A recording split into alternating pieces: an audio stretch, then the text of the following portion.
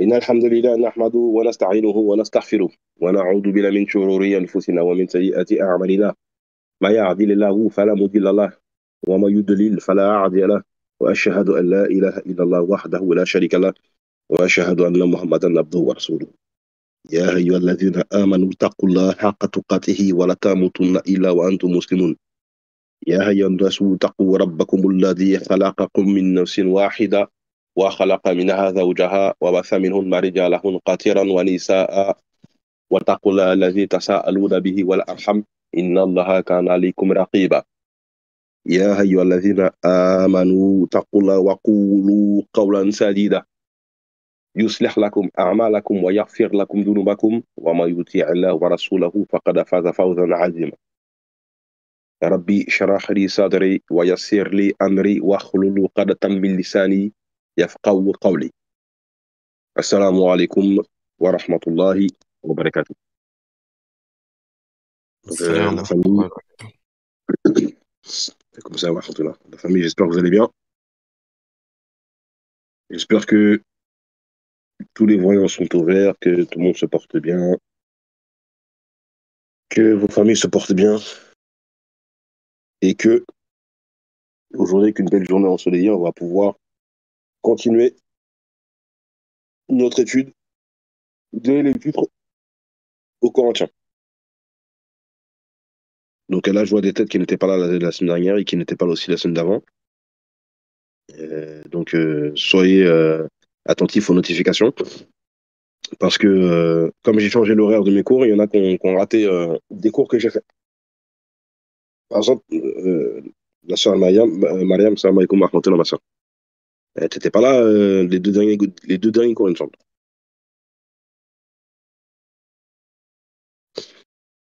Ouais. Ça a pu regarder justement l'enregistrement sur la chaîne Hanifi Hani Academia.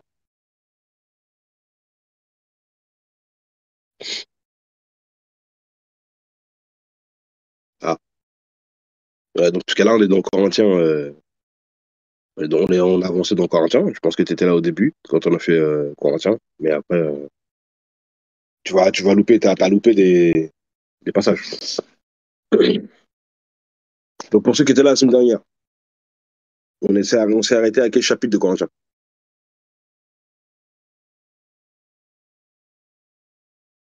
Ouais, la chaîne, c'est Annie Academia sur YouTube.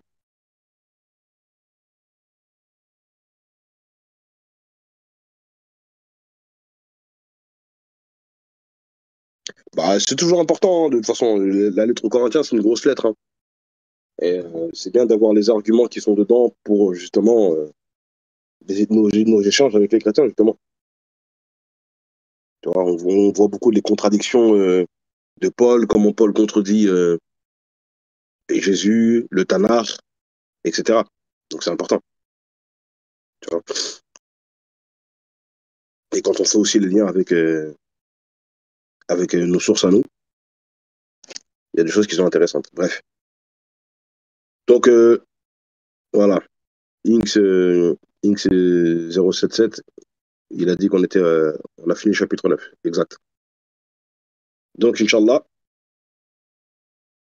on va entamer le chapitre 10, les 10 premiers versets. Inch'Allah, c'est un chapitre intéressant parce que vous allez voir que Paul met en garde les Corinthiens contre le shirk et le shirk akbar en plus, hein, chez nous. Donc, le frère qui était là avant, qui mettait les frères Z, là, c'est le Z qui suit là, c'est lui qui mettait les textes. Je sais pas s'il y a quelqu'un qui peut s'occuper de juste mettre les textes comme ça, le frère Khalif, Inch'Allah, il fait la lecture pour nous. Et moi, je commente, Inch'Allah. C'est bon, on t'inquiète. Non, parce que je préfère que toi, tu te concentres que sur le texte. Parce que quand tu te prends la tête à mettre le texte, ou si, je sais pas, si Mariam, elle peut le faire. Ah, ben le frère est là, non?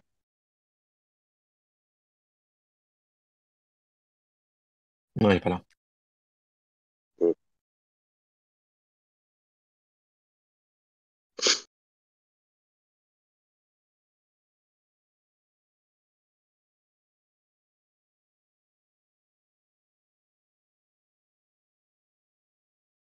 Ok. Non, mais justement, c'est moi qui t'ai demandé de faire. Ok, bismillah, pas de problème. Donc, 1 Corinthiens, chapitre 10, verset 1 à 10, Inch'Allah.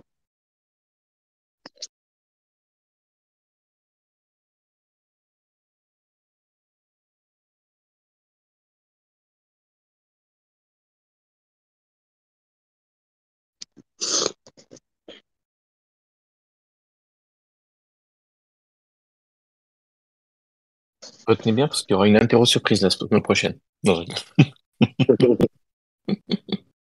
Grave. Alors, 1 Corinthiens 1 à 10. Bismillah. Euh, c'est bien ça? 1 Corinthiens 1, Un du Corinthiens, verset 1 au chapitre. verset. Ouais, 1 Corinthiens. Non, c'est 1 Ouais. Corinthiens, chapitre 10, Ah, verset voilà, un. c'est une problème. Ouais, c'est ça que j'ai La dit. sœur, elle s'est trompée. Ouais.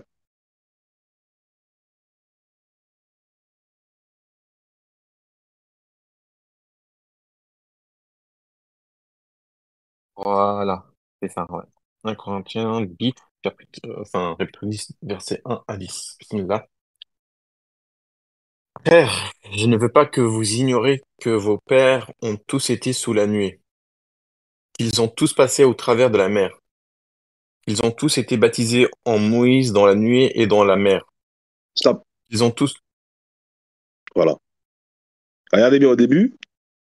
Paul, il dit, frère, je ne veux pas que vous ignoriez que nos pères, et dans la traduction que tu as lue, il y a écrit vos pères, c'est ça? Ouais. Voilà.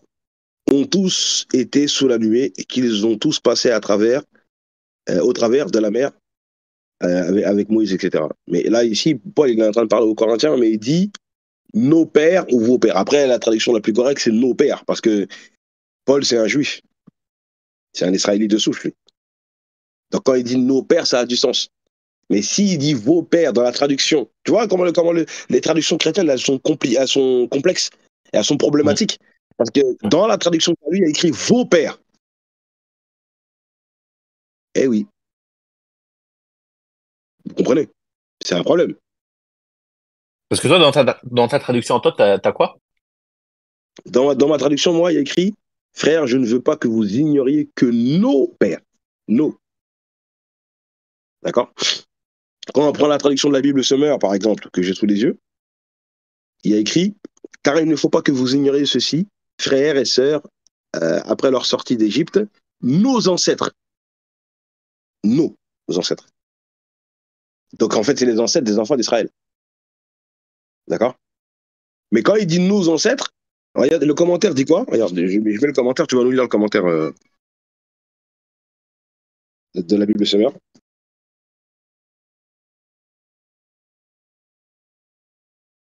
Bougez pas, hein.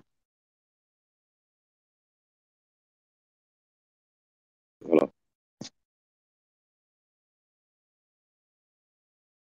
Excusez-moi.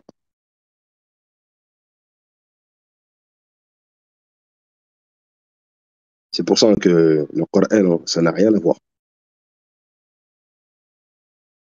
Nous, quand on a un problème dans la traduction, directement, c'est le texte original qui rattrape et qui corrige.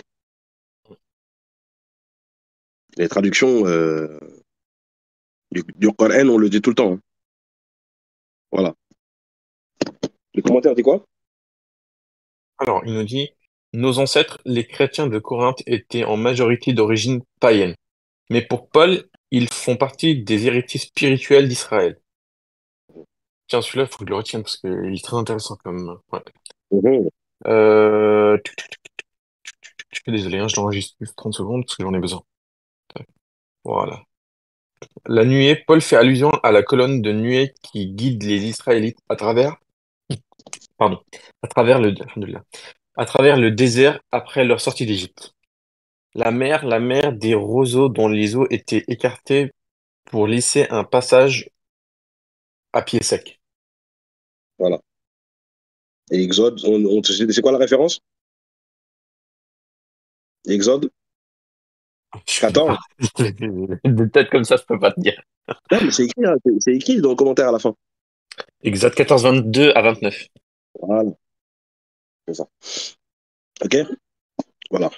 Donc ça, c'est quand la mer s'est ouverte pour laisser passer les enfants d'Israël. Ok. Donc, le verset 2 dit quoi? Maintenant, tu relis le verset 2. Le verset 2 de quoi? De Bah, un Corinthiens? Ah ouais. Ok. Euh, Ils ont tous été baptisés en Moïse dans la nuée et dans la mer. Voilà. Ils ont tous été baptisés par Moïse, ce qui prouve que dans l'Ancien Testament, il y a un baptême. Or, il y a des chrétiens qui ignorent ça. Moi, j'ai déjà parlé avec des chrétiens qui disent que le baptême, ça n'existe pas dans l'Ancien Testament, ce qui est faux. Eh oui, tout simplement. Donc, ils ont été baptisés par Moïse. Mais les chrétiens, eux, ils pensent au baptême, ils pensent que au baptisez-les au nom du Père, du Fils et du Saint-Esprit. Hein. Matthieu 28, 19. Ils pensent qu'à ça. Ou alors au baptême que Jean-Baptiste a fait, etc. D'accord? On continue, Inch'Allah. Ok. Qu'ils ont tous mangé le même aliment spirituel et qu'ils ont tous bu le même breuvage spirituel, car ils buvaient à un rocher spirituel qui les suivait, et ce rocher était Christ. Mhm. Voilà. Maintenant, ici, les chrétiens ils disent quoi ici? Ils disent que ce rocher spirituel était Christ. Je vous pose la question. Ceux qui ont déjà débattu avec des chrétiens, qu'est-ce que les chrétiens ils disent ici? Je parle pas à toi, Khalif. Hein. Les, les, les, les, les élèves, là. Répondez-moi rapidement, Barakovic. Barakovikoum, les élèves. Qu'est-ce que les chrétiens disent de ce passage-là?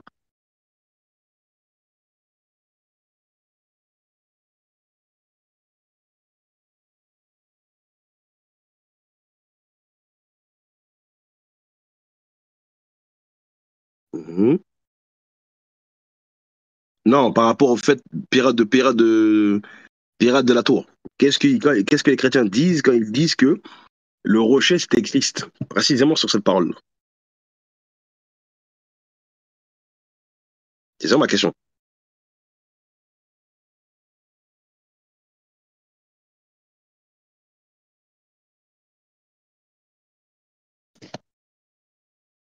Ok, c'est ça. Le lynx, par exemple. Oui, du rocher marème. Euh, les chrétiens disent que oui, les chrétiens, quand ils voient le mot Christ, pour eux, ça fait automatiquement référence à Jésus. Or, le mot Christ, c'est un terme qui a été utilisé pour plusieurs personnes dans l'Ancien Testament. Et le mot Christ signifie, enfin, c'est le mot grec, hein, parce que le mot à la base, c'est Hamashia, ou Mashia. D'accord? Et dans l'Ancien Testament, il y a plusieurs entités qui ont porté ce terme-là. Comment voulez-vous que ce soit Jésus qui soit littéralement le rocher? Ça n'a pas de sens. Or, les chrétiens qui réfléchissent pas, c'est comme ça qu'ils le comprennent. Maintenant, regardez. C'est quoi la définition du mot Christ? Je vous pose la question.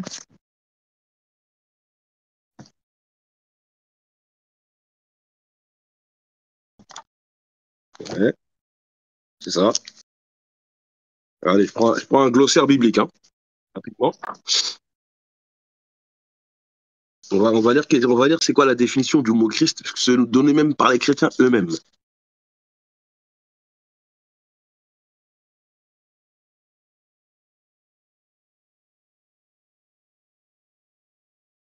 Et le frère Kali va nous lire ça. Ça, c'est un glossaire qui se trouve à la fin d'une Bible que j'ai à la maison,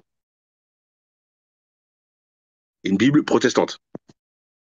Après, voilà, j'ai plusieurs dictionnaires chrétiens, c'est toujours le même. Mais celui-là, je le trouve assez concis. C'est quoi la définition? Tu peux nous dire, Khalif? Christ, mot grec qui signifie oint et qui traduit le terme hébreu Messie, voire oindre. Dans l'Ancien Testament, celui qui recevait l'onction était avant tout le roi, puis le souverain sacrificateur et parfois le prophète. Le mot désigne dans le Nouveau Testament l'envoyé de Dieu, son fils qui est chargé du ministre royal, sacerdotal et prophétique. Vous avez compris? On nous dit bien mot grec qui signifie oint, qui traduit le terme hébreu. Donc le mot Christ, c'est un terme qui traduit le mot hébraïque. D'accord? Dans l'Ancien Testament. Donc, ici, ils disent voir oindre. Ça, qu'on peut regarder la définition du mot oindre dans le même dictionnaire. D'accord? Donc, on nous dit quoi? C'est celui qui recevait l'onction était avant tout le roi, virgule, puis le souverain sacrificateur, virgule, et parfois le prophète, point. Ça, c'est dans l'Ancien Testament. Celui qui reçoit l'onction. Donc, le rocher que Dieu l'a mis dans l'Ancien Testament, par lequel les enfants d'Israël ont pu boire, etc. C'est-à-dire que ce rocher-là, il avait reçu l'onction de Dieu pour abreuver les enfants d'Israël, tout simplement. Mais les chrétiens, ils ont traduit le mot Christ pour faire croire qu'il s'agissait de Jésus. Donc c'est Jésus, en fait, qui était en forme de rocher, c'est ça? C'est Jésus qui s'était incarné sous forme de rocher. La hawla wa la quwwata illa billah. Vous voyez un peu l'imbécilité? C'est à cause de la traduction. C'est n'importe quoi. D'accord? Ben oui, dans les commentaires, les chrétiens vous disent oui, c'est Jésus, hein, c'était Jésus lui-même. On fait comment là? Juste à cause du mot Christ. Alors que le mot que Paul lui utilise, c'est le mot Machia, qui peut être attribué à plusieurs personnes, comme on vient de le dire. Tout simplement. D'accord? Donc il faut faire attention à ce passage-là. C'est simplement un rocher que Dieu avait établi, ce rocher-là, et ben, comme on le voit dans Exode, et ben, c'est simplement un rocher qui avait reçu la bénédiction d'Allah, tout simplement, pour abreuver les enfants d'Israël. Tout simplement. Même Allah, dans le Coran, il fait allusion à ça. Hein. Il fait allusion à ce passage-là. D'accord? Par exemple, on prend Surat Al-Baqarah, verset 60.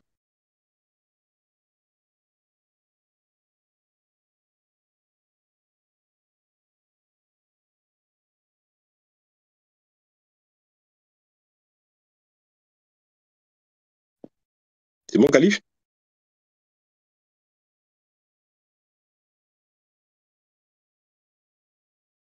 Khalif, t'es là?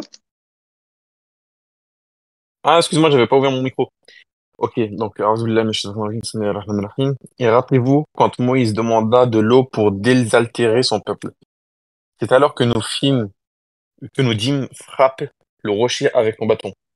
Et tout d'un coup, 12 sources en jaillirent, et certes, chaque tribu fut où s'abreuver. Mangez et buvez de ce que de ce qu'Allah vous accorde et ne semez. Alors, hésitez d'écrire comme je lis les frères Barakallahu fikum. Ouais, comme Euh, d'habitude. N'écrivez pas, sinon ça perturbe le frère. Parce que le texte, il bouge. Et tout d'un coup, 12 sources en jaillirent, et certes, chaque tribu sut où s'abreuver. Mangez et buvez de ce que Allah vous accorde, et ne semez pas de troubles sur la terre comme des fauteurs de désordre. Ok. Tu prends aussi Surat Al-Araf. Et tu me prends le verset 160, s'il te plaît.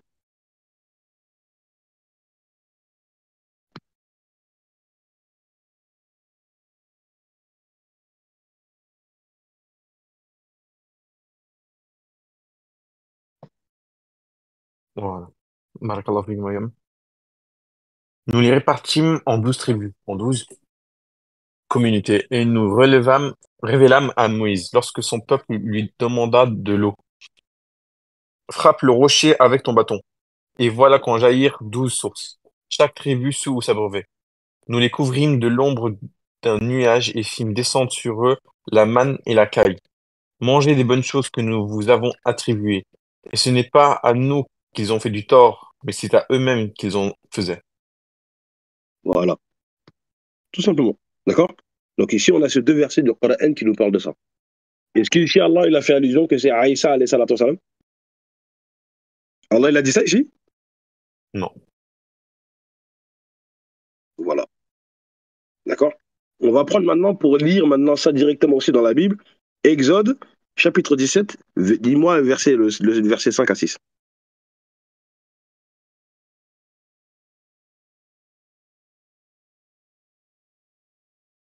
L'Éternel Tu dit, vois, c'est quoi, rajoute même le verset 7, on va voir.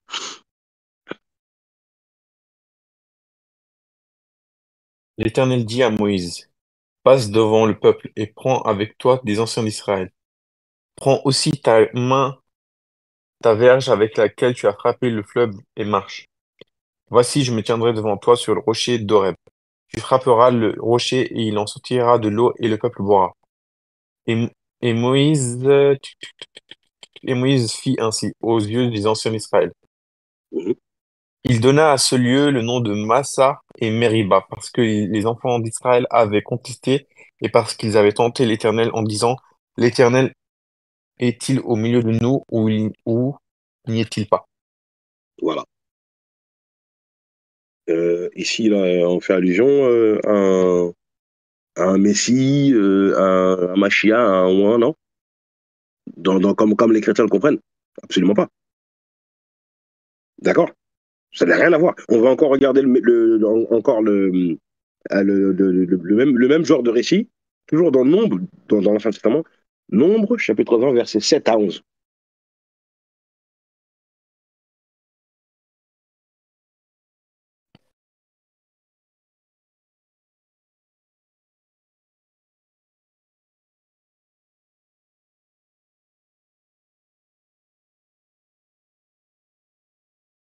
L'Éternel parla à Moïse et dit, prends la verge et convoque l'assemblée, toi et ton frère Aaron.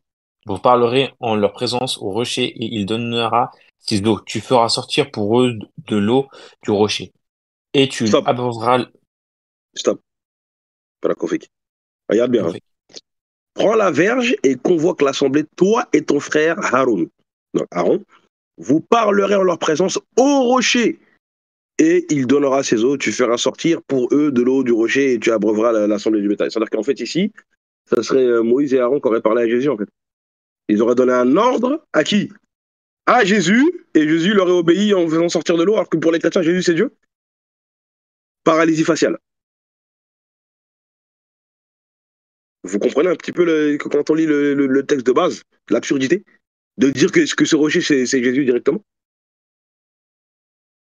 Ici, c'est Moussa et Haroun, les deux prophètes, qui donnent un ordre au rocher. T'as vu, Calife? Non, non, mais ça s'appelle le christiano-centrisme. Centrisme. Ils voient Jésus partout et puis des fois, ça se retourne contre eux. Mais c'est ça le problème. C'est n'importe quoi. D'accord? Continue le texte. Alors, et qu'ils ont tous bu le même breuvage spirituel car ils buvaient à un Non, non, rocher spirituel non, qui... non, non, continue nombre. On n'a pas fini nombre. Ah, nombre! Ah, ok, excuse-moi, j'ai pas... Ok. Ouais, ouais, fini nombre. Vous parlez en leur présence au rocher et il donnera ses eaux. Tu feras sortir pour eux de l'eau du rocher et tu abreuveras l'assemblée et leur bétail. Moïse prit la verge qui était devant l'Éternel comme l'Éternel lui avait ordonné. Moïse et Aaron convoquèrent l'assemblée en face du rocher. Et Moïse leur dit, écoutez donc, rebelles, est-ce de ce rocher que nous vous ferons sortir de l'eau? Puis Moïse leva la main et frappa 2 fois le rocher avant sa verge. Il sortit de l'eau en abondance, l'assemblée but et le bétail aussi. Ok. Ici, Moïse, il a frappé quoi? Moïse, il a Il frappé frappait quoi quoi? ici? Hein? Est-ce que je réponds ou je les laisse? Non, non, laisse-les répondre. Moïse, il a frappé quoi ici, les frères et les sœurs? Répondez rapidement, voilà qu'on fait comme. Voilà, ils ont tous dit le rocher.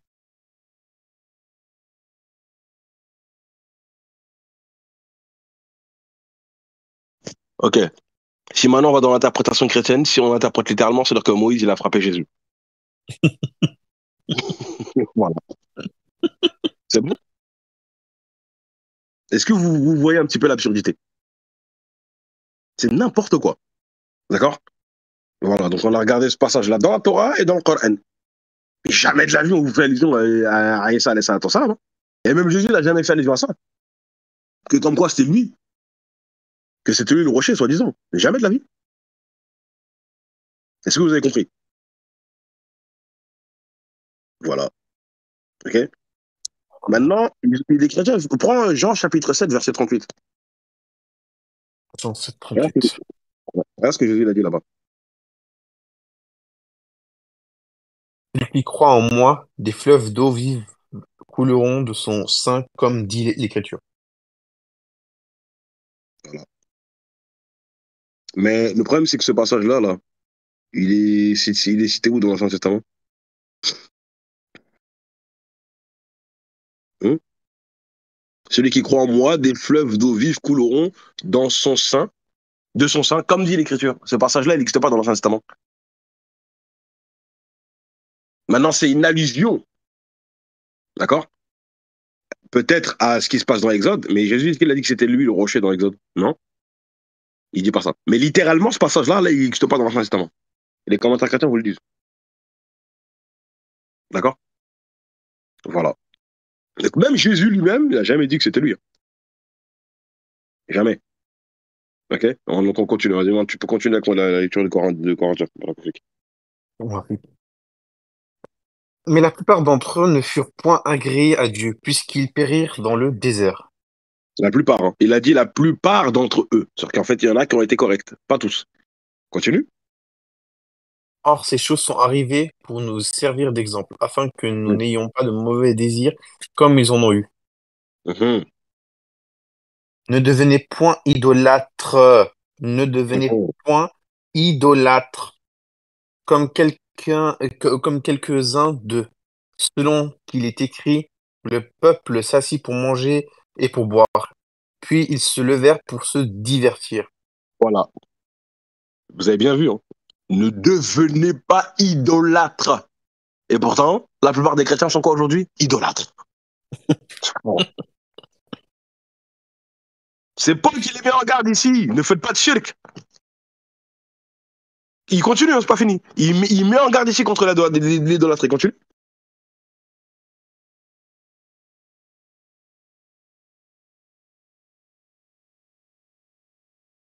Continue, Khalif. Ouais. Enfin, en fait, avant on disait qu'il faut pas dire christianisme parce que ça n'a rien à voir avec le christianisme. Maintenant, j'ai presque envie de dire, faut plus dire politisme, hein. Et en fait, le problème, c'est ça. C'est qu'en fait, moi, quand j'avais étudié ça, je me suis dit, en fait, les chrétiens, ils suivent Paul en partie, mais ils ne le suivent pas totalement. Hein. Parce que même lui, quand il les met en garde sur ça, ils ont même pas- les chrétiens, ils vont même dans les épîtres de Paul pour chercher l'idolâtrie dans les épîtres de Paul. Alors que regardez ce qu'il leur dit ici. D'accord, on continue. Ne nous livrons point à l'impudicité comme quelques-uns de s'y livrèrent, de sorte qu'il tomba 23 000 en un seul jour. Mhm. Ne tentons point le Seigneur comme le tentèrent quelques-uns qui périrent par le serpent. Stop. Les 23 000 là. Prends-moi Nombre, chapitre 14, verset 37.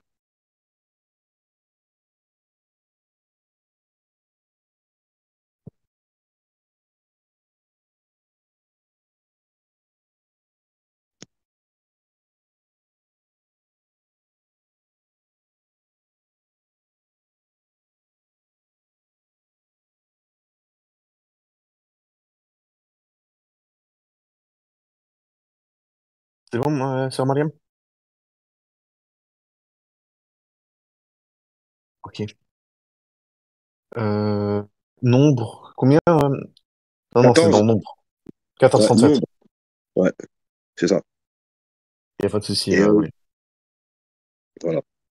Et positionne aussi le chapitre 25, donc de Nombre, verset 1 à 9.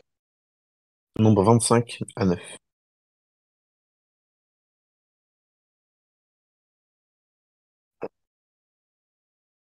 Des hommes qui avaient décrié le pays moururent frappés d'une plaie devant l'Éternel.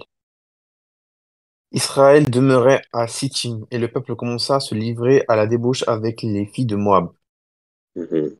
Elles invitèrent le peuple au sacrifice de leur Dieu, et le peuple mangea et se prosterna devant leur Dieu. Israël s'attacha à Baal-Péor, et la colère de l'Éternel s'enflamma contre Israël. L'Éternel dit à Moïse, Assemble tous les chefs du peuple et fais prendre les coupables devant l'Éternel en face du soleil, afin que la colère ardente de l'Éternel se détourne d'Israël.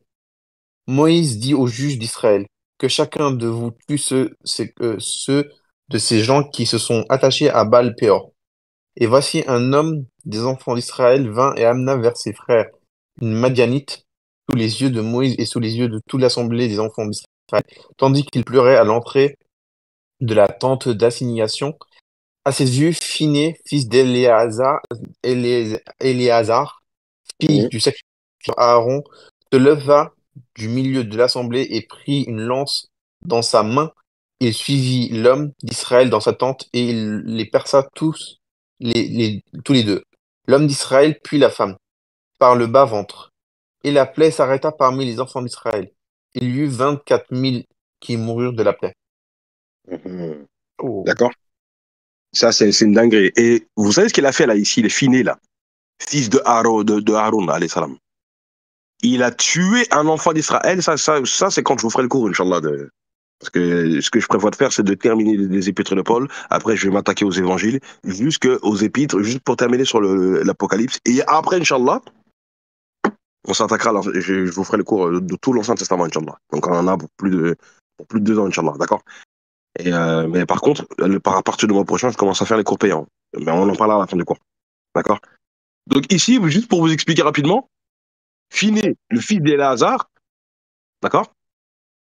Donc, ça qui est le fils de Aaron,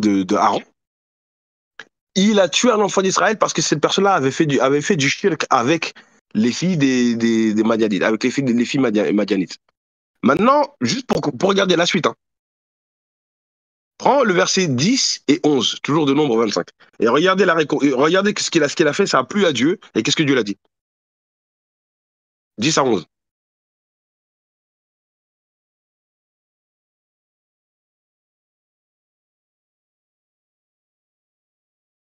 L'Éternel parla à Moïse et dit, Phiné, fils d'Éléazar, fils, fils du sacrificateur Aaron, a détourné ma fureur de dessus les enfants d'Israël, parce qu'il a été animé de mon zèle au milieu d'eux. Et je n'ai point dans ma colère consumé les enfants d'Israël. Mhm. Euh, on va continuer, prends même jusqu'au verset 13 même. C'est là que vous allez comprendre ce que je voulais vous dire. Ah, mais ici, il y a un chaos, Livas. Bien sûr qu'il y a des chaos. Toi, t'as Non, pensé à parce quoi, que toi? regarde, ils disent que l'alliance, elle est perpétuelle, comment dire, incassable, n'est-ce pas? Ouais, ouais. Comment ça se fait que Dieu, il allait les consumer sans l'intervention du fils du sacrificateur? Parce qu'ils ont fait du shirk.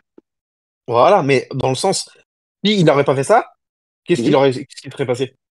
L'alliance, l'alliance, elle a été brisée ici. Il aurait consumé tous les enfants d'Israël, ils auraient exterminé. Déjà ça, et le peuple, de toute façon, plusieurs fois, hein. Même quand, dans Exode 32, quand ils ont fait le shirk du veau d'or, Dieu il a voulu exterminer tout le peuple d'Israël, mais c'est Moïse qui a fait Dora, et c'est grâce à la Dora de Moïse qu'Allah les a pas exterminés. Ça arrive plusieurs fois, ça, bien sûr. Donc ça prouve que l'alliance, elle est toujours conditionnée. Ça a des conditions. Mais les chrétiens vont dire non, non, il n'y a pas de conditions, c'est éternel, ça bouge pas. Donc c'est-à-dire qu'actuellement, les enfants d'Israël qui sont incrédules envers Jésus, ils vont au paradis quand ils meurent. Ça sert à quoi Et Jésus, il dit que ceux des enfants d'Israël qui ne croient pas en lui, ils iront en enfer. C'est ce que Jésus dit. Ça sert à quoi ça, je l'avais dit ça, hein, quand j'avais fait le cours sur l'alliance était l'éternel. D'accord? J'avais déjà fait un cours dessus. Ça sert à quoi que tu restes dans l'alliance si tu vas en enfer? Ça sert à quoi? À rien. Donc l'argument des chrétiens est absurde. Parce que Jésus te dit, Même les ceux juifs, des enfants d'Israël. T'as dit quoi? même les juifs d'ailleurs. De quoi les juifs? Les juifs, ils ont la même compréhension. Ils disent que l'éternel, enfin, que l'alliance, elle est éternelle et que ça bouge pas. Oui, bah, bien sûr que les juifs disent ça, c'est clair. Alors que c'est faux. Il y a des conditions. Il faut respecter justement ce que Dieu l'a dit. Donc c'est pas vrai ça. D'accord? Donc, lis le verset 10 à 11. Le verset 12 à 13, pardon. 12 à 13, c'est pourquoi tu diras que je traite avec lui une alliance de paix. Oh. Ce sera pour lui et pour sa postérité après lui l'alliance d'un sacerdoce perpétuel parce qu'il a été zélé pour son Dieu et qu'il a fait l'expiation pour les enfants d'Israël. Ah, regardez ici, il y a encore des chaos. Donc Dieu, il fait une nouvelle alliance ici. Par le zèle de qui? De Phiné, parce qu'il a tué par zèle pour Allah, pour Dieu. Ça, c'est un. Deux, Le sacerdoce ici, donc c'est pour ça que en fait, les sacrificateurs ne sortent que de la tribu des Lévis. Parce que lui, il fait partie de la tribu des Lévis ici. Donc les sacrificateurs des enfants d'Israël ne sortent que de la tribu des Lévis, pas des tribus de Juda, Benjamin, etc. Non. Grâce à ce qu'il a fait ici. D'accord? Et en plus, on nous dit, il a fait l'expiation du peuple d'Israël. Donc la preuve en est qu'il n'y a pas que Jésus qui fait l'expiation des péchés. Eh oui, dans l'Ancien Testament. Mais ça, les chrétiens l'ignorent, ça. Je ne sais pas si vous vous rendez compte un peu. D'accord? Il y a plusieurs personnes qui font l'expiation des enfants d'Israël dans le Nouveau Testament, même Jean-Baptiste. Hein. D'accord? Expier les péchés. Mais pour les chrétiens, il n'y a que Jésus qui peut venir expier les péchés. Mais ici, là, il y a un chaos, là. Finé, lui, il a fait l'expiation du peuple d'Israël. Et comme on l'a dit avec le frère Khalif, si il n'avait pas fait ça, tout le peuple d'Israël aurait été décimé.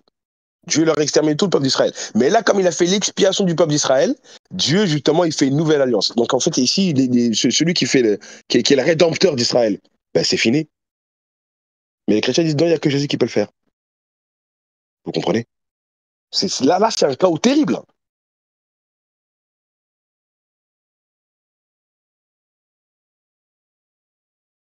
Vous comprenez? T'as capté, Khalif? Ici, là, bah, le rédempteur d'Israël, c'est fini. Et il est rédempteur parce qu'il a fait quoi? Parce qu'il a fait verser le sang de quelqu'un d'autre, pas son propre sang à lui. Alors les chrétiens nous disent que non, il n'y a que Jésus qui peut être expiateur par son propre sang à lui. N'importe quoi. Donc en fait, il a tué pour Dieu. Il est expiateur des enfants d'Israël. D'accord? Bah, exactement, c'est le sang des coupables en plus, de ceux qui ont fait du shirk. Mais les chrétiens, par l'expiation de Jésus, eux, ils ont fait du shirk sur Jésus. L'inverse total. Est-ce que vous comprenez? C'est n'importe quoi. Ils n'ont rien compris. Or, je vous rappelle que ces passages-là sont cités par qui? Paul. Paul, c'est lui qui dit que ça nous... Et en plus, regardez bien ce qu'il a dit. Hein. Reprends Corinthiens, quand il dit, c'est ce qui s'est passé là. C'est pour que ça nous serve d'exemple, ce qui s'est passé dans la Torah. Et il va même dire que ça a été écrit pour que ça nous serve d'exemple. D'accord? Donc, on repart dans Corinthiens. Et on reprend à partir du verset 7. Ne devenez point idolâtres comme quelques-uns d'eux, selon qui est écrit, le peuple s'assit pour manger et pour boire, puis ils se levèrent pour se divertir. Ne nous livrons point à l'impudicité, comme quelques-uns d'eux s'y livrèrent, de sorte qu'il tomba 23 000 en un seul jour. Ne tentons point le Seigneur comme le tentèrent quelques-uns d'eux, qui périrent par les serpents. Ouais, donc là, c'est les serpents brûlants qu'on voit aussi dans l'ombre. Ouais. Continue. Ne murmurez point comme murmurèrent quelques-uns d'eux, qui périrent par l'exterminateur. Voilà, qui périrent Des par choses. l'exterminateur. D'accord? Continue. Là, il faut mettre les versets, les versets jusqu'à 20. Là. Les versets jusqu'à 20, s'il te plaît, sœur Mariam. Je ne sais pas si elle a déjà mis.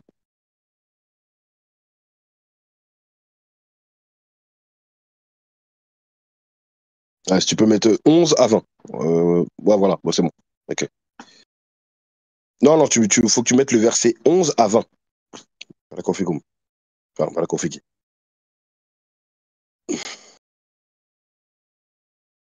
Donc, les passages que je vous ai lus, là, ça doit servir d'exemple. Hein. D'accord? Et même ainsi que d'autres passages, quand ils ont murmuré contre. En fait, là, Paul, il est en train de faire allusion à ce qui s'est passé avec les serpents brûlants. D'accord? Quand les enfants d'Israël ont murmuré contre Moïse et Dieu, ben Dieu il a envoyé des serpents brûlants pour les châtier. D'accord? Voilà. Donc j'avais même fait un cours où j'avais montré que le serpent d'airain guérit, mais la mort, la mort sur la croix de Jésus, elle punit. Elle. C'est l'inverse. Mais Paul, en tout cas, il fait allusion à ça. hein, à l'épisode des serpents brûlants. Vas-y, on t'écoute, Khalif. Tac, tac, tac. Ces choses leur sont arrivées pour servir d'exemple, et elles ont été écrites pour notre instruction à nous qui sommes parvenus à la fin des siècles. Continue. Ainsi donc, que celui qui croit être debout prenne garde de tomber. Aucune tentation ne vous est survenue qui n'était humaine, et Dieu qui est fidèle ne permettra pas que vous soyez au-delà de vos forces. Mais avec la Hum, tentation, il préparera aussi le moyen d'en sortir afin que vous puissiez la supporter. Stop. Donc, comme je le disais tout à l'heure, le passage, donc quand Paul il a dit ne murmurez point contre Dieu. En fait, il ne faut pas sortir des paroles blasphématoires contre Dieu, en fait. En gros, c'est ça. Ça, on le trouve dans Nombre chapitre 21, versets 1 à 3. Mais Paul, il a dit quoi ici? Il a dit Dieu ne permettra point à ce que vous soyez tentés. Vous êtes d'accord avec ça, là? Hum. Parce qu'il a dit au verset 11, ces choses leur sont arrivées pour servir d'exemple. Et elles ont été écrites pour notre instruction à nous qui sommes parvenus à la fin des siècles. C'est-à-dire ce qui s'est passé dans l'Ancien Testament, les péchés que les enfants d'Israël ont fait, et que le Coran rappelle aussi, c'est pour servir d'exemple à qui? Aux chrétiens. Mais pourtant, les chrétiens n'ont pas pris ça comme exemple pour, justement, pour faire attention à ne pas tomber dans le même péché. Ils ont fait la même chose, mais avec Jésus. D'accord? Et il dit quoi? Paul, il dit ensuite, au verset 13, aucune tentation ne vous est survenue qui n'ait été humaine. Et Dieu qui est fidèle ne permettra pas que vous soyez tentés au-delà de vos forces. Ça veut dire quoi, ça? Comment vous comprenez ce passage-là, là, rapidement?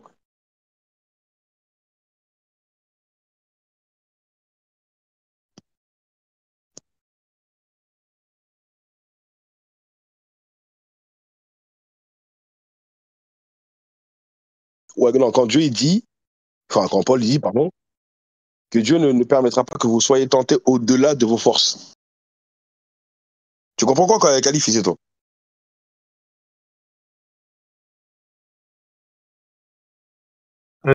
J'étais pas avec toi là, je suis désolé.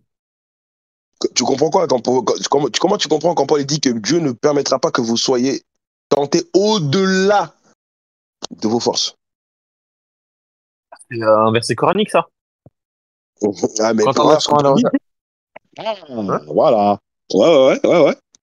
Allah subhanahu wa ta'ala, dans le Coran, il dit, A'udhu billahi minash shaitanir rajim, bismillahir rahmanir rahim, La yukallifu Allahu nafsan illa wus'aha. Dieu n'inflige pas à une âme au-dessus de ses Là, capacités. ses capacités.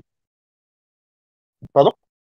Ouais, c'est ça, au-delà de ses capacités. Ouais, j'ai corroboré ta phrase. Ah, ok, excuse-moi, je t'avais pas bien entendu. Si, c'est ça. Ok. Mais Paul ici dit que Dieu ne vous tentera pas au-delà de vos forces. Pour pas, c'est-à-dire que Dieu ne va pas vous donner des tentations que vous ne pourrez pas supporter, qui seront au-dessus de vos forces, pour pas que vous tombiez dans l'idolâtrie. Pourtant, les chrétiens ils sont tombés dans l'idolâtrie. Est-ce que ce que Paul dit ici est correct? Est-ce que ça s'est réalisé, je Euh, veux dire? non, non. Alors, d'un point de vue correct, oui, mais d'un point de vue réalisation, non. Oui, exactement. Parce que dans le temps, après ça, les chrétiens sont devenus idolâtres avec Jésus lui-même. Exactement. Eh oui, vous comprenez? On fait comment là? On fait comment? Donc encore une fois, ce que Paul ici, il a dit, on fait comment là? Nous, on sait que ce que Paul ici il dit, c'est dans le sens qu'Allah va pas te donner En fait, pour bien comprendre, c'est-à-dire que quand la tentation d'adorer Jésus leur est venue, les chrétiens auraient pu supporter ça, en fait. C'est ça que Paul il veut dire. Ils auraient pu supporter ça, ils auraient pu ne pas tomber en étant simplement concis, objectifs et en analysant bien les textes. Mais les chrétiens sont tombés. Ils se sont laissés, en fait, porter par la vague que Shaitan leur a apportée. C'est tout. Mais ils auraient très bien pu ne pas supporter. Et la preuve, c'est que même historiquement, il y a des chrétiens qui n'ont jamais adoré Jésus. Il y a des familles chrétiennes qui n'adorent pas Jésus, qui disent que Jésus n'est pas Dieu, jusqu'au jour d'aujourd'hui. Parce que la divinité de Jésus n'a jamais été validée par tous les chrétiens. D'accord? Eh oui. D'accord? Donc on continue, Inch'Allah, rapidement. C'est pourquoi, mes bien-aimés, fuyez l'idolâtrie. Au cas. Oh non. Ils vont Eh chercher oui. à, ils vont chercher la divinité chez Paul. Je parle à des hommes intelligents. Jugez vous-même de ce que je dis. Des gens La, intelligents. Hein. Ah oui, il dit qu'il parle à des gens intelligents. Continue.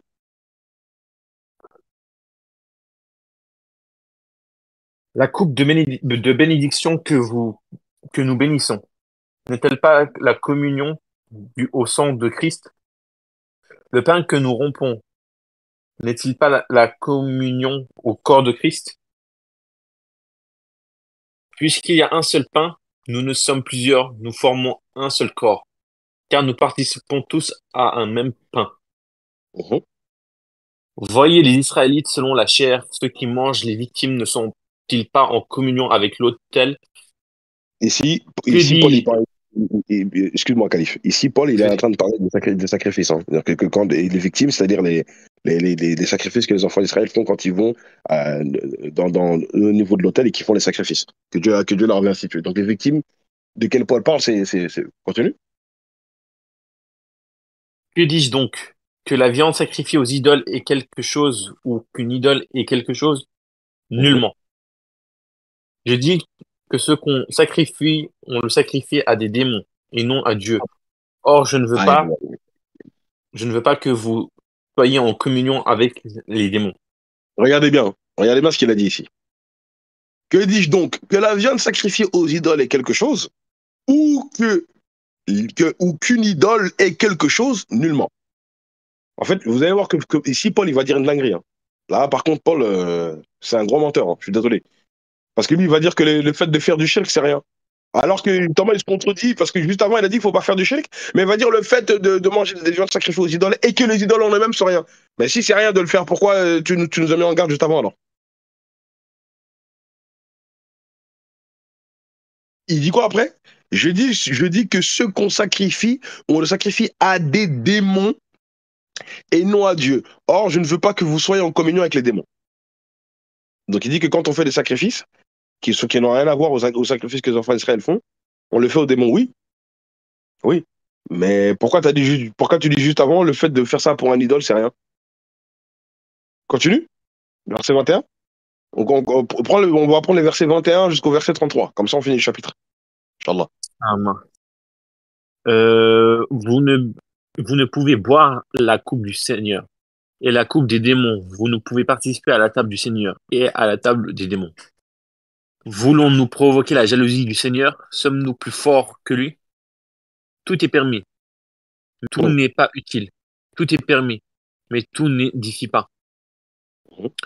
Que personne ne cherche son propre intérêt, mais que chacun cherche celui d'autrui. Regardez bien, hein. Regardez Mangez. bien, excuse-moi, Khalif, regardez bien ce que Paul va dire ici sur la nourriture. Hein. Regardez bien que ça, c'est à cause de ça que vous allez comprendre pourquoi les chrétiens, ils mangent tout, ils peuvent manger tout et n'importe quoi. Continue. Mangez de tout ce qui se vend au marché, sans vous enquérir de rien par la motif de conscience. Subhanallah. Car la terre est au Seigneur et tout ce qu'elle renferme. Mhm. Si un non-croyant vous invite et que vous vouliez aller manger de tout ce qu'on vous présentera, sans vous enquérir de rien par motif de conscience. Stop, Mais si quelqu'un, stop. Vous avez vu les dingueries là? Paul, il dit manger de tout ce qui se vend au marché sans vous enquérir de rien par motif de conscience. Parce que dans ta conscience, tu ne dois pas te dire, oh non, ça je peux pas manger, ça je peux pas manger.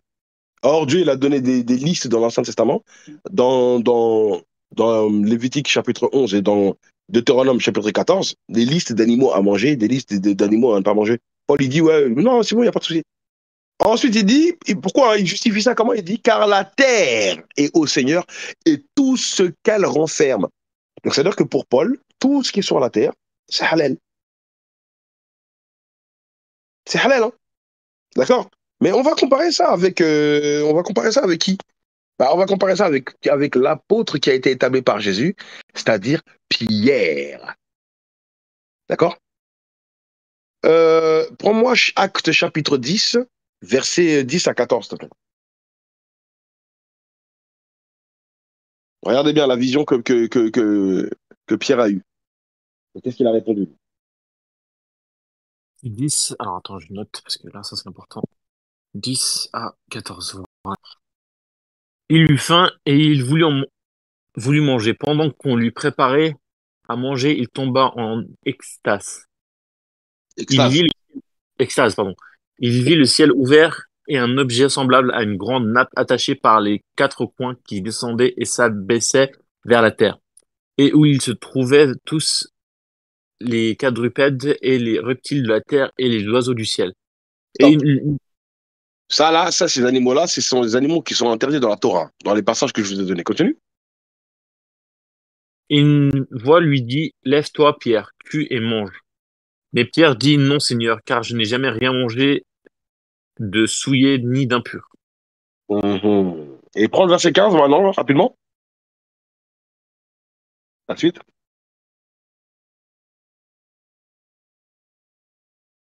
Et pour la seconde fois, la voix se fit encore entendre à lui.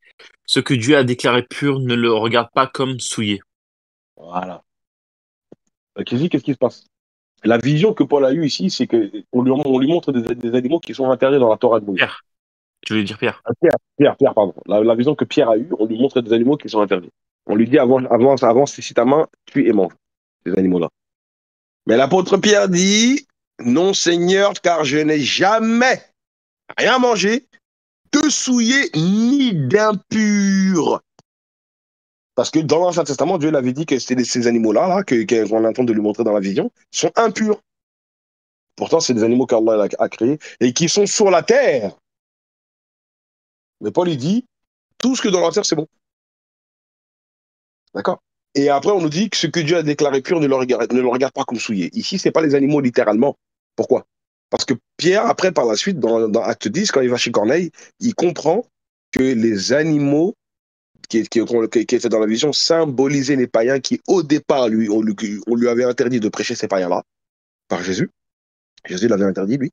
Et ben Dieu, dans son autorité, il s'est décidé maintenant en fait, c'est-à-dire, c'est païen prosélyte. Hein. Attention, c'est pas n'importe quel païen, hein, comme je l'ai toujours expliqué. C'est ici les prosélytes qui pratiquaient déjà l'Ancien Testament. Maintenant, eux, tu as le droit de leur prêcher la parole. C'était ça le sens de la vision. Donc, c'est pas les animaux littéralement. Mais Paul, lui, il parle de nourriture, lui, en Corinthiens. Et il dit que tout ce qui est dans la terre, c'est autorisé. Mais si tout ce qui est dans la terre, c'était autorisé, pourquoi Dieu l'avait interdit dans l'Ancien Testament? Pourquoi Pierre, lui, qui est un disciple de Jésus, il a continué à respecter ses restrictions alimentaires bien après le passage de Jésus? Pourquoi? C'est que c'est Paul qui autorise ces choses-là, pas Jésus ni les apôtres. C'est Paul. D'accord? Donc, il faut bien faire la distinction. Encore une fois, Paul, ici, il est en contradiction avec les apôtres. Hein. On continue.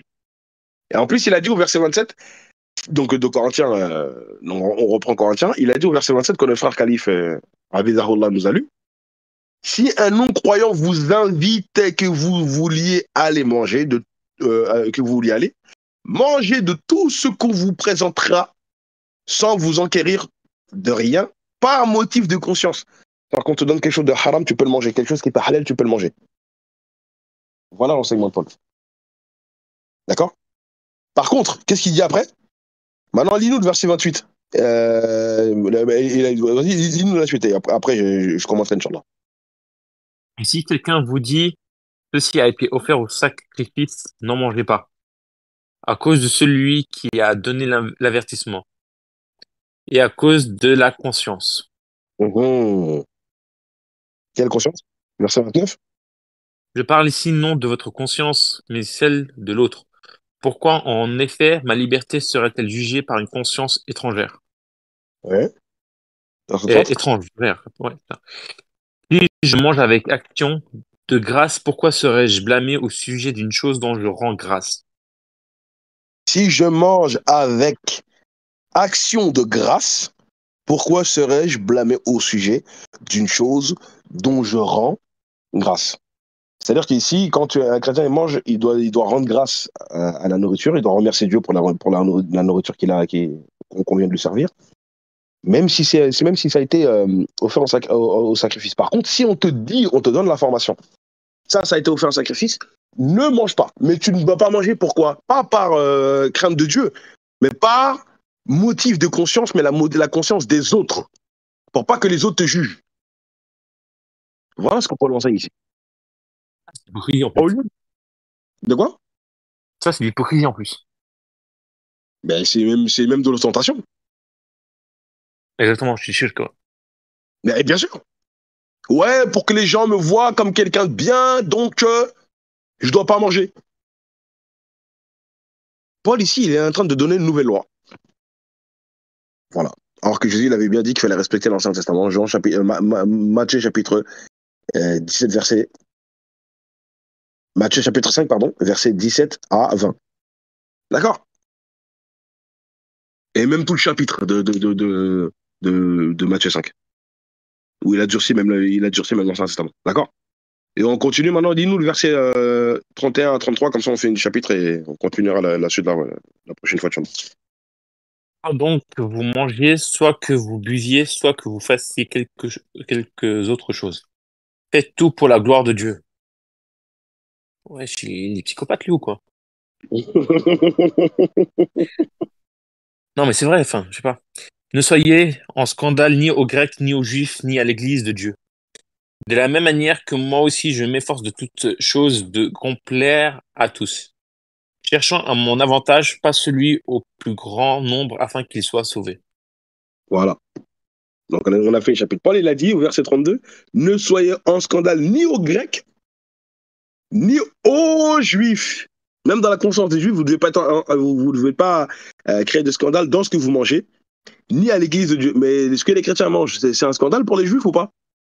Aujourd'hui, Bien sûr. c'est une question que je vous pose.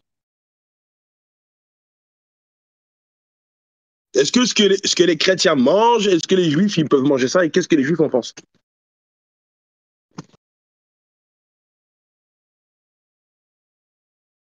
Ben, oui, c'est clair. On fait comment là? Vous voyez? Et il dit, verset 33, de la même manière que moi aussi, je m'efforce en toute chose de complaire à tous, il répète, il veut plaire à tout le monde, lui, cherchant non mon avantage, mais celui du plus grand nombre, afin qu'ils soient sauvés. C'est-à-dire qu'en fait, je veux plaire à tout le monde pour les séduire et afin qu'ils viennent se convertir à ma doctrine. Encore une fois, la ruse. S'assimiler aux autres, bien sûr que c'est normal, il faut avoir un croyant, il doit avoir une bonne image aux yeux de tous, mais à condition que tu respectes les prérogatives divines. Mais là, Paul, il a dit, ouais, non, vous pouvez manger de tout ce que vous voulez. Or, l'enseignement qu'il est en train de donner ici est en totale contradiction avec la tradition juive et avec le Tanakh. Est-ce que vous comprenez? Donc, on a terminé le chapitre. Donc, je vous remercie. Est-ce que tu me permets juste une petite note comme ça, vite fait, une parenthèse? Ouais, bien sûr, je t'écoute. Regardez, en fait, quand Mohammed alayhi salam, il a prêché, est-ce qu'il a prêché contre ses propres principes, ou enfin plutôt sur les propres principes des Juifs et des chrétiens ou pas? Dans le sens, est-ce qu'il s'est contredit avec eux sur des points ou pas? Tu as une Là, question que tu ça, poses à moi ou aux élèves? bah, même à toi, hein, mais même surtout dans le chat, quoi. Ah bah c'est clair, le prophète Mohammed, lui, il s'est opposé à la civilisation arabe dans ce qu'il faisait. Lui, Bah, la il les a civilisation poussés arabe, pour changer. exactement. Bien sûr, Il s'est opposé aux chrétiens vis-à-vis de la crucifixion. Il s'est bien sûr. opposé aux juifs par rapport à beaucoup de points aussi. D'accord? Et c'est là où on voit la vraie prophétie de Mohammed. Parce que regardez Paul. Lui, Paul, il a fait ça par ruse. D'accord? Ouais, je vais faire ça comme ça. Et en fait, ils viennent à moi et puis ils se convertissent à ma doctrine, à mon évangile. Il a pas cherché, ah là, j'ai admiré, exactement. Il a pas cherché à leur plaire. Alors que Paul, oui. Si c'était un faux prophète, eh ben, il aurait justement fait tout en sorte pour qu'en fait, il accumule le plus de conversions à sa religion. Et puis il Hein. aurait dit, ouais, ouais, non, mais en fait, t'inquiète, c'est bon, vas-y, tu sais quoi, vas-y, tu peux manger du porc, tu peux faire ci, tu peux faire ça, fornication, adultère, etc., etc. Non, il a pas fait ça. Tout au contraire, il a imposé des choses que l'humain en soi, il aimerait pas, tu vois. Donc c'est justement la preuve de sa prophétie. Parce qu'un faux prophète, lui, il va attirer, il va attirer en fait les gens. Par exemple, Moussaïlim al-Kazzab, il a dit quoi pendant le jour de ton mariage? Il a dit, ouais, Allah, il vous avait donné cinq prières. Ben, juste pour le jour de mon mariage, ben, Dieu, il m'a dit que, on réduit ça à trois prières ou deux, je m'en rappelle plus, tu vois. Subhanallah, subhanallah. Et regarde, hein, même Aïcha, même Jésus lui-même, il s'est opposé à tout le monde aussi. N'est-ce pas? C'est ça? Même Jésus, il s'est opposé aux scribes, aux pharisiens, il les a critiqués. Et même Jésus, il a donné des conseils au peuple pour les réformer, pas pour aller dans leur sens. Hein. Exactement. C'est pour ça d'ailleurs c'est plutôt une parole de sage, qui dit, une personne qui plaît à tout le monde, c'est un hypocrite. Exactement. Tu peux pas plaire à tout le monde. Et en plus, il a voulu plaire à tout le monde alors qu'il ne plaît pas à tout le monde. Ah oui, parce que même sa stratégie, elle a échoué. Parce que c'est pas la vérité ce que Paul a dit ici. Donc si c'est pas la vérité, bah, ça peut pas, en fait, il peut pas y avoir de baraka dedans, en fait, tout simplement. D'accord? Alors là, il met pas de baraka dans ce genre de choses-là. Eh oui, d'accord? Donc voilà, donc c'est pour vous montrer que Paul, voilà quoi. Encore une fois, ce qu'il a dit ici dans Corinthiens, on comprend que les chrétiens l'ont suivi lui, parce que c'est la facilité, sa religion. Tu manges ce que tu veux, Jésus est mort à la croix pour tes péchés. Voilà, c'est facile, d'accord? Donc s'il y a des questions rapidement, Inch'Allah, Ouais, il y en a eu quelques-unes des questions. tu peux me les dire, Je vais s'il les te plaît? reposer. Ouais, et par exemple, il y avait, tout à l'heure, j'ai noté la question de la sœur Mariam. Elle te dit, il parle du veau d'or, ne pas être idolâtre comme ceux qui ont adoré le veau d'or. J'ai compris comme ça, je sais pas. Oui, bien sûr. En fait lui, il parle du veau d'or, mais de l'idolâtrie en général que les enfants d'Israël ont fait dans l'Ancien Testament. Comme on l'a vu tout à l'heure dans le livre des Nombres, quand même, ils ont adoré des divinités étrangères, des divinités madianites. C'est qu'en fait, tout le shirk qui, qui, qui, qui, qui peut, qui peut exister sur la terre, Paul, il dit il faut s'écarter de ça. Ça, ce qu'il a dit, c'est correct par rapport. Même si Paul, on sait qu'il a égaré les gens, mais Paul n'a jamais incité les gens à faire du shirk, par contre. Ça, pour ça, faut lui rendre justice. Il n'a jamais enseigné aux gens de faire du shirk. Mais malgré ça, bien que les chrétiens ont été mis en garde par Paul, regardez, ils sont tombés dans le shirk avec Jésus. Donc, il parle de l'idolâtrie en général. J'espère avoir répondu à ta question. Question suivante, Inch'Allah. Et il y a Jolie qui te dit, Barakallahu fik, mais on peut te poser des questions sur tes cours privés. Me poser des questions sur mes cours privés. Ouais, j'ai pas bien compris. J'ai pas compris. C'est-à-dire,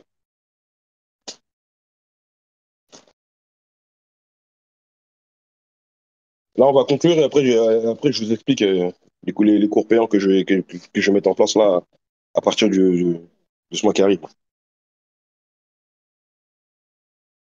au mois de septembre. C'est quoi la question? Alors moi, je vous propose de pas poser des questions sur les cours privés. Peut-être que là, pendant qu'il va vous expliquer, vous aurez les réponses à tout, Inch'Allah. D'accord? Par rapport à la sœur Anissa. Est-ce qu'il y a d'autres questions? On va atterrir. Moi, je dois partir travailler. Inch'Allah. Non, apparemment, il y en a pas. Est-ce que tu veux peut-être commencer, Inch'Allah?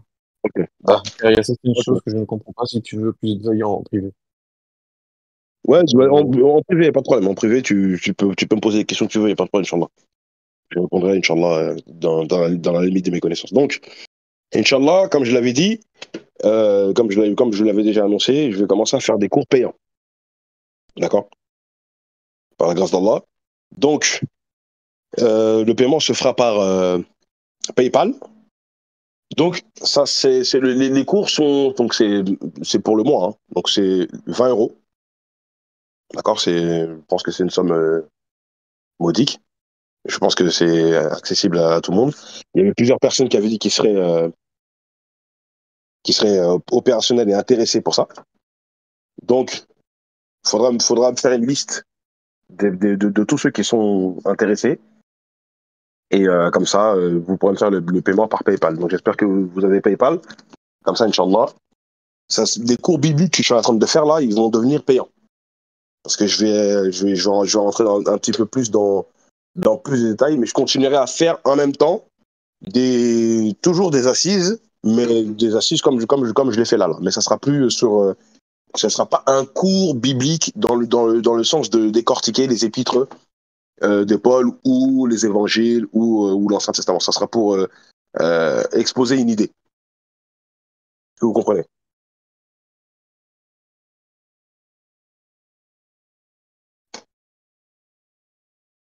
On te voit où? Non, d'abord on termine le Nouveau Testament. Le Nouveau Testament, c'est la priorité parce que on a plus d'échanges avec les chrétiens que les juifs. Mais une fois que j'aurai terminé tout le Nouveau Testament, après on s'attaquera à l'Ancien Testament. Tout ça, ça sera des cours payants pour moi. D'accord?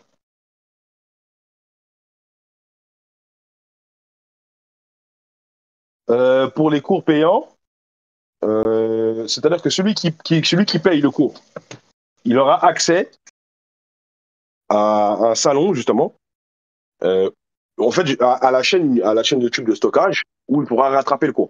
Mais pour celui qui ne paye pas, par contre, il ne pourra pas avoir accès à ces cours-là. C'est normal. D'accord? Donc, ceux qui sont volontaires, est-ce que Khalif, tu peux noter leur nom? Comme ça, on commence à faire les inscriptions là aujourd'hui, Inch'Allah. En fait, je leur ai demandé de venir me voir en privé. Voilà. Donc, D'accord. en privé, Inch'Allah, envoyez tout de suite des messages au frère Khalif, comme ça. Vous lui dites, voilà, moi, je suis intéressé pour les cours privés du frère Libas, Al-Hanifi, et puis, comme ça, Khalif me donnera les noms. Comme ça, je serai une négociation de combien. J'ai dit 20 euros par mois.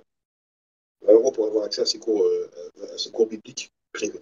Et je vous rappelle que ce sont des cours pour former la future génération de vous, par la relève, pour les débats interreligieux. Vous comprenez?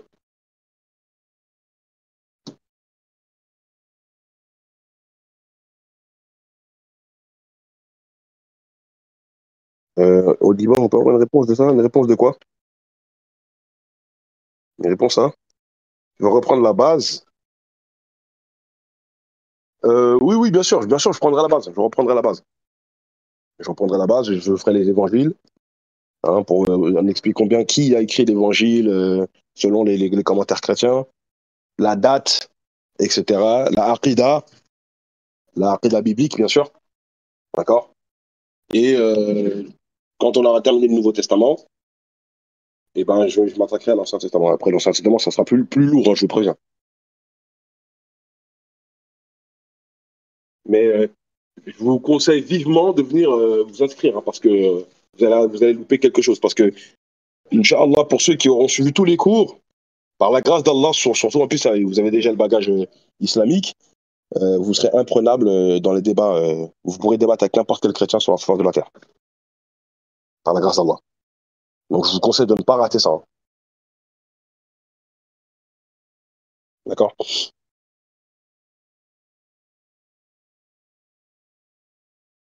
Ah, il y a Lonzer qui est là.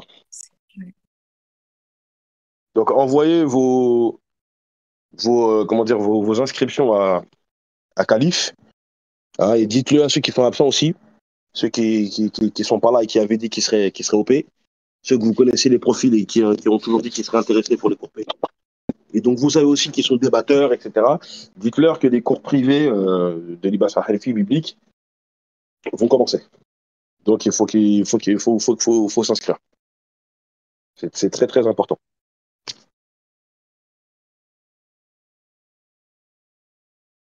Tu seras là, Léon? Ça m'a raconté la frère. Est-ce que tu seras présent pour les cours?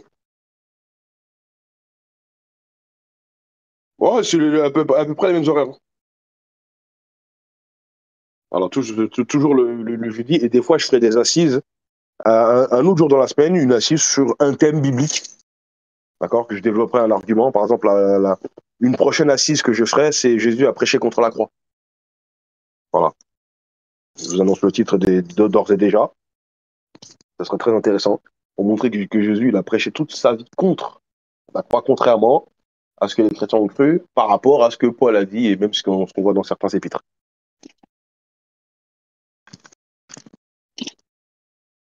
Ok. En fait, les livres, non, en fait, c'est moi qui achète des livres, justement, parce que j'ai investi dans certains livres. Voilà pourquoi j'ai le bagage. J'ai acheté un nouveau commentaire biblique. Je vous montrerai les livres que j'ai achetés. Ça, c'est mon travail, ça. Ça, c'est moi qui le fais. C'est moi qui achète les livres pour vous. Et quand je vous montrerai les commentaires, les dictionnaires bibliques, etc., eh ben, je vous ferai les captures d'écran. Après, si vous voulez, après avoir ces livres pour vous, bien sûr, libre à vous, mais c'est un investissement. Parce que ces livres-là, c'est des documents chrétiens pour vraiment les études bibliques poussées, c'est pas donné. Hein. Je vous le dis, vous comprenez? Mais dans un premier temps, ce sont des livres que j'ai achetés et puis je vous ferai les captures d'écran comme d'habitude quand il y a des arguments très intéressants à apprendre. Et je vous ferai aussi une assise aussi sur le concept définitionnel. Et si vous faites un débat avec un chrétien, si vous commencez à rentrer dans le concept définitionnel, d'accord, si vous établissez certaines règles pour que le débat se passe bien, ce chrétien-là, il s'en sortira pas. Et je vous donnerai cette technique-là. C'est une technique qu'il faut donner aux chrétiens. D'accord? Mais je ferai une assise spéciale là-dessus, je rentrerai dans les détails.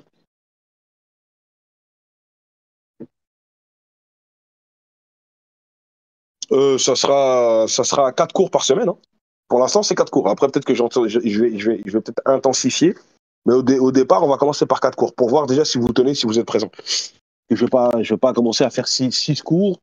Enfin, je veux dire 4 cours. Ça sera la même fréquence que je fais habituellement. Si je vois que vous êtes assidu, présent, motivé, etc., et ben là, je verrai avec Hanifia pour le planning et je donnerai 2 cours. Ça sera 2 cours par semaine. Inch'Allah. D'accord?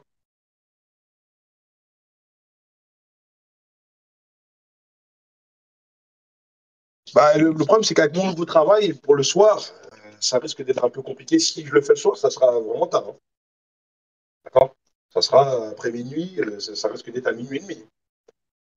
D'accord? Ce ne sera pas tout le monde qui sera disponible. Vous comprenez? Voilà, donc voilà la journée. Là aujourd'hui, je commence à 15h. Là, je suis en train de partir au travail. Donc, ça sera plus facile de faire à ces horaires-là. Mais il y a des gens qui travaillent. Donc, celui qui travaille, le cours sera enregistré. Comme il a payé, il aura accès au cours. Comme je l'ai dit, il aura accès à ce cours-là pour qu'il puisse rattraper. Comme il a payé, c'est normal. D'accord? Vous êtes OP, la famille? Donc, je vous laisse parce qu'il faut que j'aille. Je vous remercie de m'avoir écouté. Ouais. Là, oui, mais ça sera enregistré pour celui qui paye. Hein. Donc celui qui paye pas n'aura pas accès à ces cours-là. Il pourra que regarder les assises que je fais de temps en temps. D'accord? Voilà la famille. Donc, envoyez tout de suite vos inscriptions, envoyez tout de suite des messages. Est-ce qu'ils qualifient, ils ont commencé à t'envoyer des messages là. Envoyez tout de suite vos inscriptions. Dites à Calif en privé que vous êtes intéressé pour les cours, Inch'Allah. Ouais, il est 11h, je t'ai demandé si tu allais t'inscrire. Comme ça, Calif, il m'envoie la liste et je saurai c'est qui et vous êtes combien. Je saurai qui sont ceux qui vont s'inscrire et combien vous êtes. D'accord? On fait comme ça, la famille. Donc, je vous laisse et je vous dis donc, la semaine prochaine, Inch'Allah, ou peut-être à ce week-end. On verra. Qu'Allah vous préserve, qu'Allah vous pardonne vos péchés passés, présents, futurs, qu'Allah me pardonne à moi-même et qu'Allah me pardonne si j'ai même pu commettre des erreurs sans le savoir, sans m'en rendre compte. Pour ça, j'essaie toujours d'être le plus prudent possible et qu'Allah fasse toujours une fierté de vous pour l'islam et les musulmans et qu'Allah trouve dans notre cœur la kalmat shahada lors de notre dernier battement. Et shahadu Allah ilaha illallah, Muhammad Rasulullah, c'est ce qui fait de nous des musulmans, des musulmans. Donc, je vous remercie encore une fois de m'avoir écouté. Je vous donne un rendez-vous pour l'instant jeudi prochain. Et s'il y a des gens qui veulent me parler en privé, avoir plus de détails pour les cours privés que je commence à faire, Inch'Allah, n'hésitez pas à me contacter en privé. سبحانك اللهم وبحمدك أشهد أن لا إله إلا أنت أستغفرك وأتوب إليك والعصر إن الإنسان لفي خسر إلا الذين آمنوا وعملوا الصالحات وتواصوا بالحق وتواصوا بالصبر السلام عليكم ورحمة الله وبركاته.